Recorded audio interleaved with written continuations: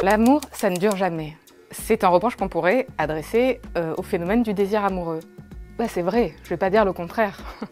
Je ne vais pas dire l'amour ça dure toujours, même si c'est ce qu'on nous a appris depuis toujours. J'ai l'impression qu'on a tous grandi avec cette phrase qui termine les contes de fées « Ils vécurent heureux et firent beaucoup d'enfants ».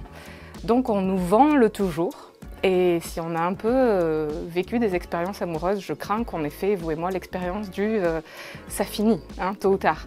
Est-ce que le fait que le désir amoureux et la promesse de bonheur qu'il tenait, le fait que cette promesse ne soit pas tenue, ne puisse pas être tenue, ou sauf miracle, sauf exception, et tant mieux si ce miracle arrive, est-ce que c'est une objection au fait de tomber amoureux ?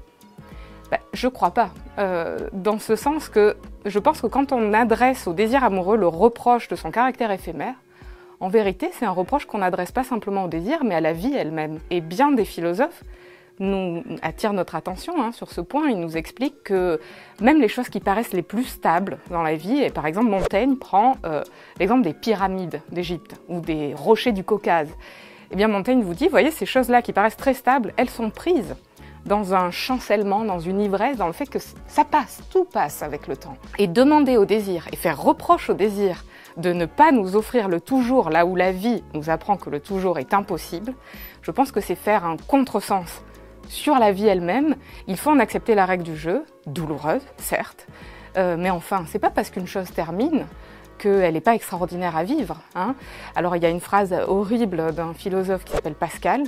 Cette phrase nous dit la fin est sanglante, le dernier acte est sanglant, quelque belle que soit la comédie en tout le reste. Alors oui, peut-être c'est éphémère, oui, peut-être votre histoire d'amour finira, mais est-ce que pour autant on va se priver de tous les moments qui précèdent la fin ? Et d'une certaine manière, je pense donc que faire reproche au désir de son caractère éphémère, c'est faire un reproche à la vie, et quand on veut vivre pleinement, il faut accepter l'éphémère.